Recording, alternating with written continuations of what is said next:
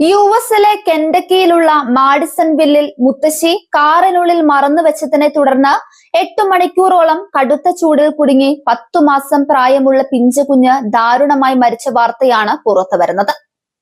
South main സ്ട്രീറ്റിൽ വ്യാഴാഴ്ചയാണ് ദാരുണ സംഭവം നടന്നത്.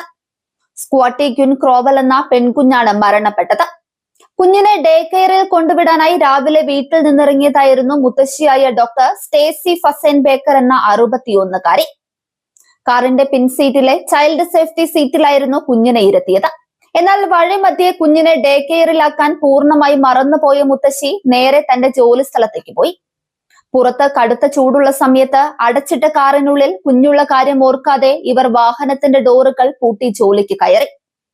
വൈകിട്ട് 4 മണിയോടെ കുട്ടിയെ തിരികെ വീട്ടിലേക്ക് കൊണ്ടുപോകാനായി പിതാവ് ഡേ കെയറിൽ എത്തിയപ്പോഴാണ് കുട്ടി ഇന്നവിടെ എത്തിയിട്ടില്ലെന്ന വിവരം അറിയുന്നത്. ഉടൻ തന്നെ പിതാവ് മുത്തശ്ശിയെ വിവരം അറിയിച്ചു.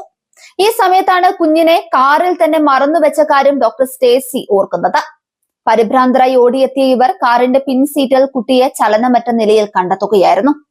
ഉടൻ തന്നെ തൊട്ടടുത്തുള്ള ആശുപത്രിയിൽ എത്തിച്ചെങ്കിലും മണിക്കൂറുകൾക്ക് മുൻപേ കുട്ടി മരണപ്പെട്ടിരുന്നതായി ഡോക്ടർമാർ സ്ഥിരീകരിച്ചു.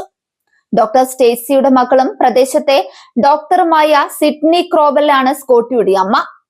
1 വർഷം മുൻപാണ് ഡോക്ടർ സ്റ്റേസി മകൾക്കും കുടുംബത്തിനുമൊപ്പം താമസിക്കാനായി മാഡിസൺ വില്ലയിലെത്തുന്നത്.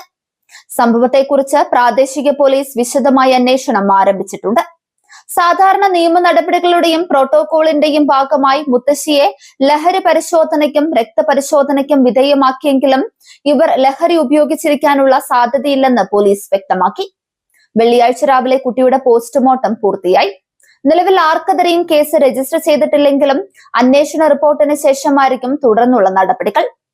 അമേരിക്കയിൽ വേനൽക്കാലങ്ങളിൽ അടച്ചിട്ട കാറുകൾക്കുള്ളിൽ കുട്ടികൾ കുടുങ്ങി മരിക്കുന്ന ഹോട്ട് കാർ ഡെത്ത് സംഭവങ്ങൾ വലിയ ആശങ്കയായി മാറുകയാണ്. പുറമെ താപനിലയേക്കാൾ വളരെ വേഗത്തിൽ കാറിനുള്ളിലെ താപനില ഉയരുന്നതാണ് ഇത്തരം ദുരന്തങ്ങൾക്ക് വഴിവെക്കുന്നത്. കൃത്യമായ ബോധവൽക്കരണങ്ങൾ നൽകുന്നുണ്ടെങ്കിലും അല്പനേരത്തെ ശ്രദ്ധക്കുറവ് മൂലം ജീവനുകൾ പൊലിയുന്ന സംഭവങ്ങൾ ആവർത്തിക്കുകയാണ്.